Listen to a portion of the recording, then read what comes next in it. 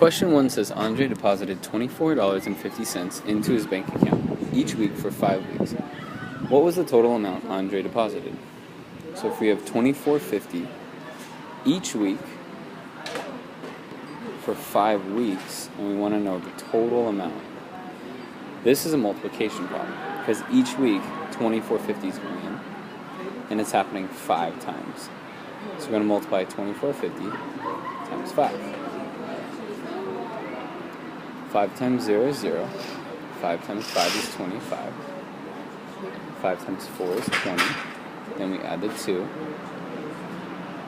5 times 2 is 10. Plus 2 is 12. When I count my jumps, I have 2 jumps.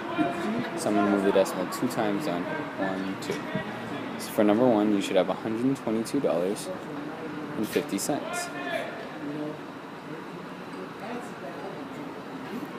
For the second question, it says which estimate is closest to the value of 2.99548 and 1.8342. The key thing is this says estimate is closest. So we don't have to have the actual answer.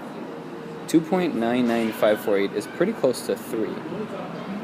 And 1.8342 is pretty close to 1.8. So I would probably multiply those two numbers.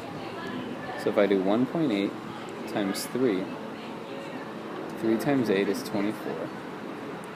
3 times 1 is 3, plus 2 is 5. We have 1 jump, so we move it over 1 time down here, and I get 5.4. The closest answer to 5.4 is 5.5. So the answer would be letter D.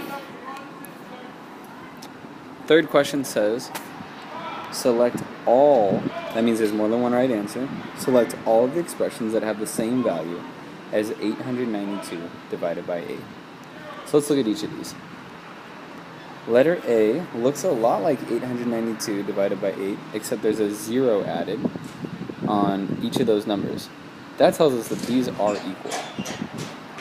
894 divided by 10, it looks like they took 2 away from the 8. Well, they added 2 to the 8 to get 10 and added 2 to the 892 to get 894.